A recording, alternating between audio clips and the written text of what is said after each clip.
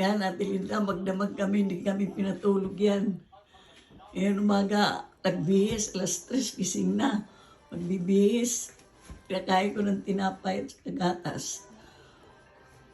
Aakyat sa taas, may kukuha raw sa kanyang tao, magtatago raw siya.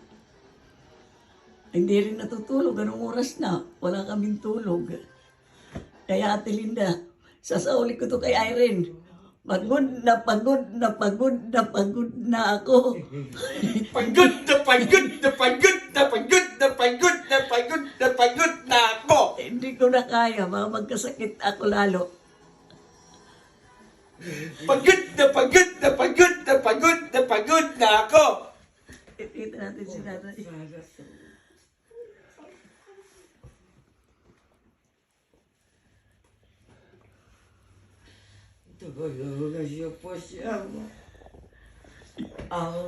Ano, sa hagdanan ayaw magka sa kwarto. Hindi wala, biyabatayan Nilsson.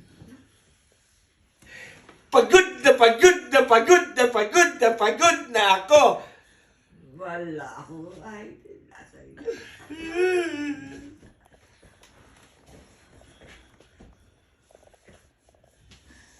Ako sinabi ko kasi, alam si Krabi, layaw niyang kita.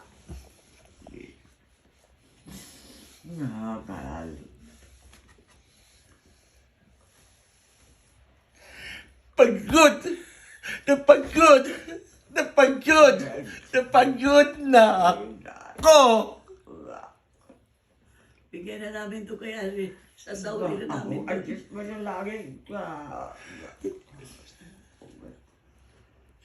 Hinahanap yung wala dito.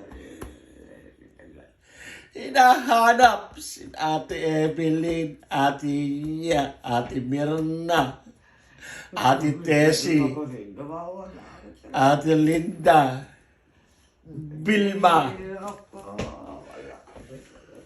Kami sinisipa.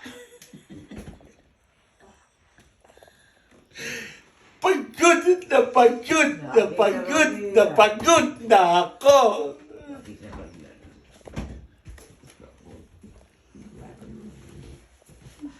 Baka po, nagtako. Antok na ako. Sumasakit na yung ulo ko. Nanay. Hindi ko dapat. Nanay, anong problema? Mahal